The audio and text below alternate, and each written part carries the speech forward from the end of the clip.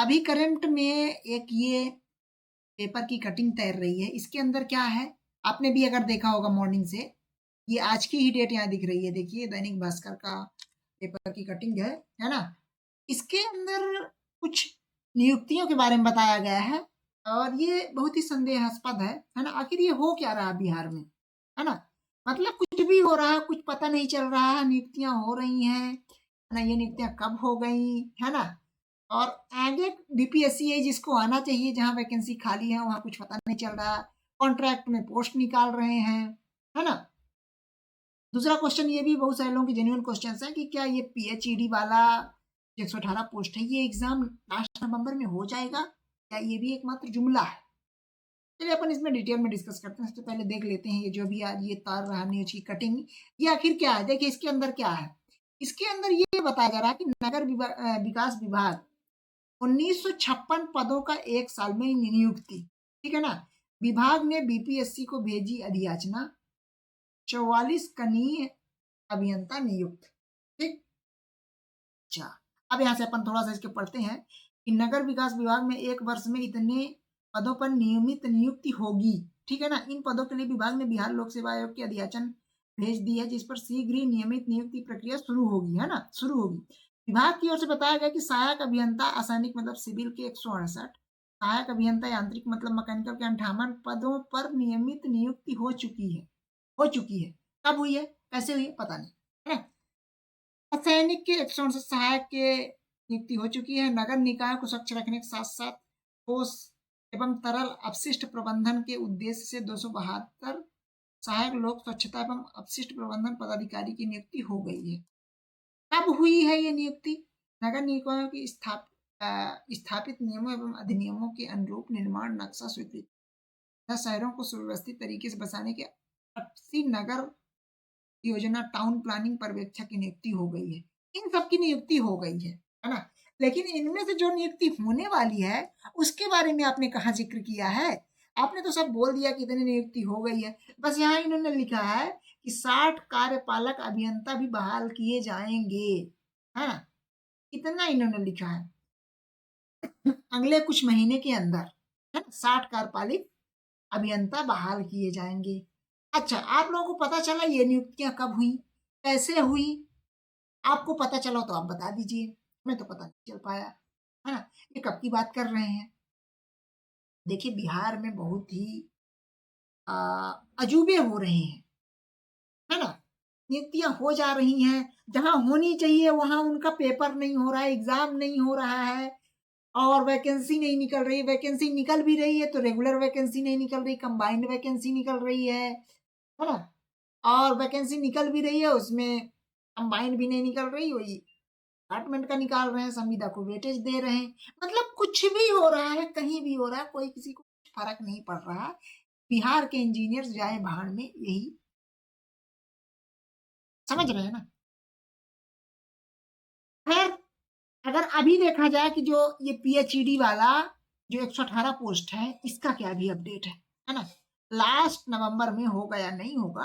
देखिए अगर इसमें अपन थोड़ा पहले देखें कि कैलेंडर में तो देखिए अभी इन्होंने कुछ अपडेट नहीं किया है ना? कैलेंडर में वही लिखा हुआ जो पहले कैलेंडर था।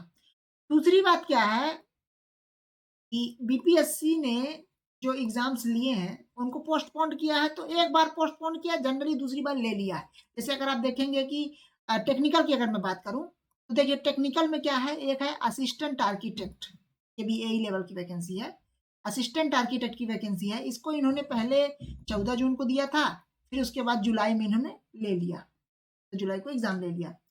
ऐसे ही आईटीआई वाइस प्रिंसिपल का अगर आप देखेंगे, पहले इन्होंने डेट 14 जुलाई को दिया था, 14 जुलाई को डेट दिया था और फिर इन्होंने जब 2 अगस्त को दोबारा डेट दी थी तो उसमें उन्होंने ले लिया था।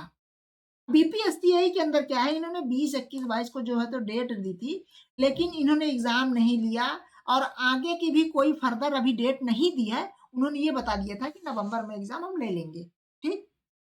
तो क्या हो सकता है, देखिए संभावना हो सकती है कि ले लें, है ना? आप बहुत ज्यादा इसमें निष्फिक्र होकर मत बैठे, एग्जाम नहीं होगा, संभावना ये भी है कि ले सकते हैं। लास्ट नवंबर में थोड़ा मुश्किल मान लीजिएगा, पर यह है कि दिसंबर में ले सकते हैं, है ना? तो आप क्या है कि आप 118 पोस्ट की अकॉर्डिंग जो आपकी तैयारी है तैयारी को अच्छी सुदृढ़ कर लीजिए, अच्छे से बना के रखिए। ऐसा नहीं है कि आप हल्के-फुल्के ढीले पड़ जाइए, है ना? तो 18 पोस्ट हैं, ये भी अच्छे पोस्ट हैं, है ना? अब इसमें देखिए जो है तो है ना? संविदा वाले हैं, सब कुछ है, वो सब कुछ है, ठीक है ना? लेकिन आपको जो तैयारी करनी है वो 118 पोस्ट के लिए करनी है। इसमें थोड़ा एक एडवांटेज इसमें ये है, देखिए, आपदा में अवसर अगर आप अपने सरकार से देखा होगा, आपदा में अवसर।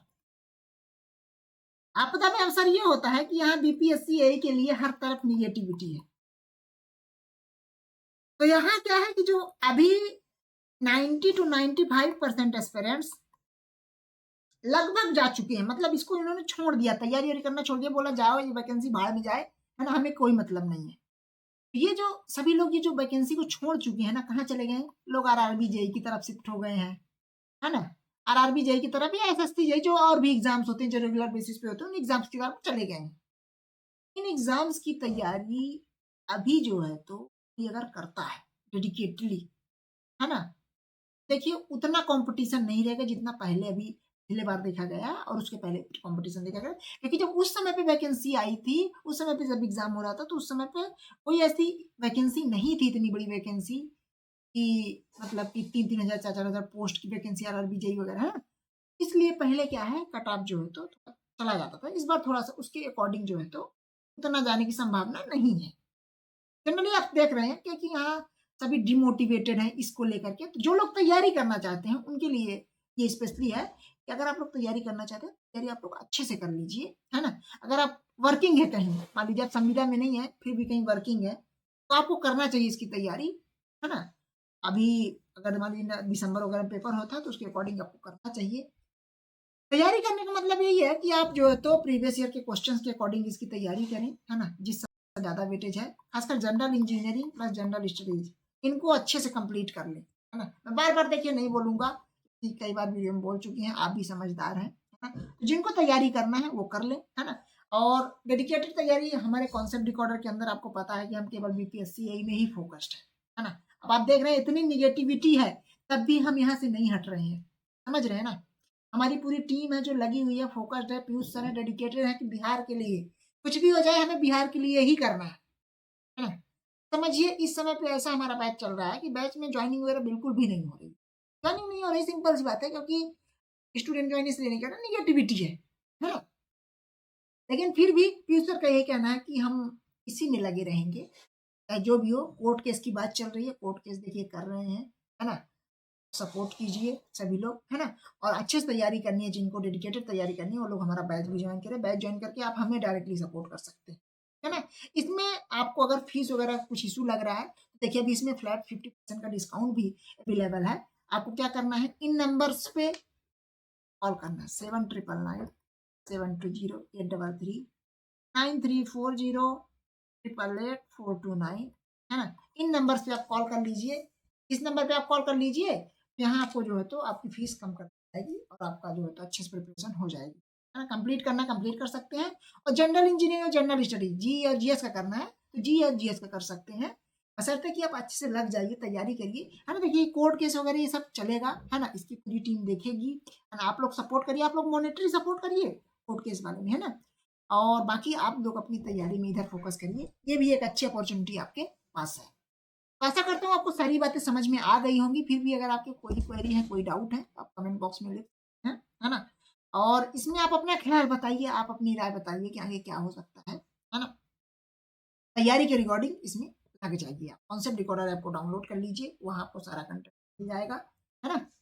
जो पीएचईडी की पोस्ट है, एग्ज़ाम होगा तो इसके अकॉर्डिंग जो है आप लग जाइए। अब देखिए इसमें ये है कि जैसे मान लीजिए अभी पीएचईडी की आई है, अगली वैकेंसी ये तो आएगी, 100% आएगी, मतलब ऐसा तो है नहीं कि वैकेंसी नहीं आएगी, क्योंकि चुनाव के पहले ये वैकेंसी आएगी। अगर नहीं आएगी, हम नहीं निकलवा पाए तो हमारे ऊपर ये लानत होगी, लानत मलानत पेश होगी कि बताइए एक वैकेंसी हम नहीं निकल पाए, 4 साल से जो वैकेंसी नहीं आई है वो वैकेंसी नहीं निकलवा पाए, है ना? वो तो निकलवाना उसकी कोई बात है ही नहीं, ठीक है ना? बस ये है कि आप लोग तैयारी में अच्छे से लग जाइए, सपोर्ट कीजिए।